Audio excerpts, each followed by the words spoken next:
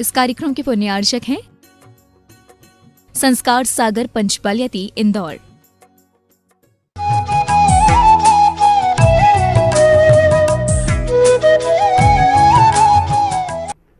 आज हम सिरपुर की पावन भूमि पर बैठकर आप सब लोगों के लिए अपने बड़े सौभाग्य के साथ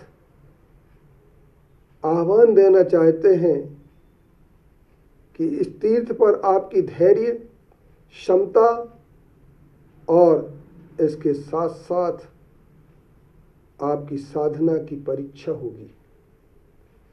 आप कितने जीवन में त्याग की ओर बढ़ सकते हैं, त्याग की परीक्षा होगी, क्योंकि श्रावक के सबसे पहले त्याग की बात आती है और उस त्याग में श्रावक जहाँ अपनी दिशाओं का सीमांकन कर लेता है, अनर्थ दंडों का त्याग कर देता है, वहीं पर श्रावक के त्याग में एक त्याग की और कड़ी जुड़ जाती है, वह भोग और उपभोग की।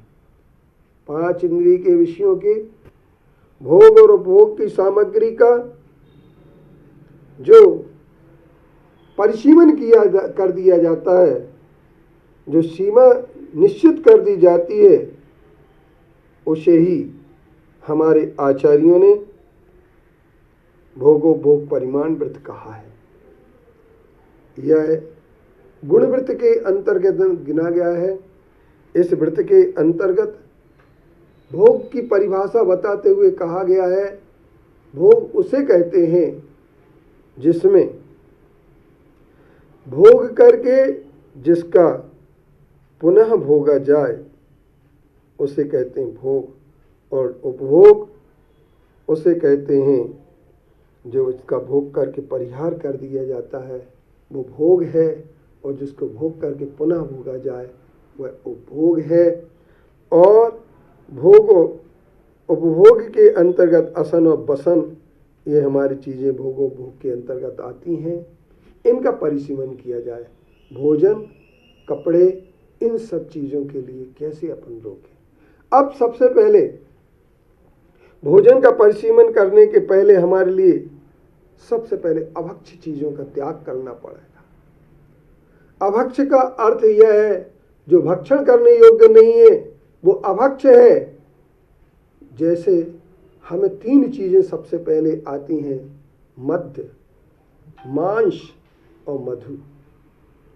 इन 3 चीज़ों का हम जब सबसे पहले त्रसजीवों की हिंसा बचाने के लिए त्याग करते हैं तो लोग मांसाहार शब्द जोड़ते हैं। ये मांसाहार नहीं कहा जा सकता है, मांस अभक्ष्य है, अनाहार है, आहार ग्रहण करने योग्य नहीं है। मांस, मधु जिसे शहद बोलते हैं, जिसे लोग अनेक शब्दों में क्षौत्र भी कहा जाता है, उस मधु का भी त्याग सबसे पहले हमारा श्रावक करता है।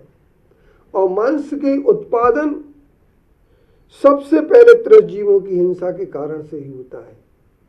बिना त्रसजीवों की हिंसा किए मांस का उत्पादन नहीं हो सकता है। जिसका उत्पादन ही हिंसा से जुड़ा हो, वह हमारे लिए क्या देगा।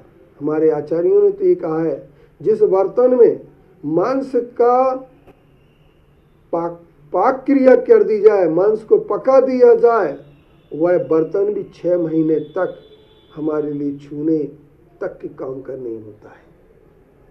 कई लोग कहते हैं मांसाहारी होटल में जाकर के शाकाहारी भोजन करते हैं। उन लोगों से मैं कह देना चाहता हूं कि वो सतर्क हो जाएं। मांस जिस बर्तन में मांस बनेगा, उसके संस्कार होंगे, वह 6 महीने तक छूने के लायक नहीं है। मेरे जीवन की एक घटना संक्षिप्त में मैं अगर बता दूं, तो मैं जब हॉस्टल लाइफ में था तो एक दिन मेस में घुसा तो मैंने देखा अंडा का आमलेट उसी तवे पर बन रहा है जिस तवे पर रोटी बन रही थी। मैंने उसी दिन उसी क्षण हॉस्टल को छोड़ दिया और सागर में गोपालगंज के अंदर एक मंदिर में जा मकान किराए से लेकर के हमने अपना आगे का शिक्षा का उपक्रम जारी रखा।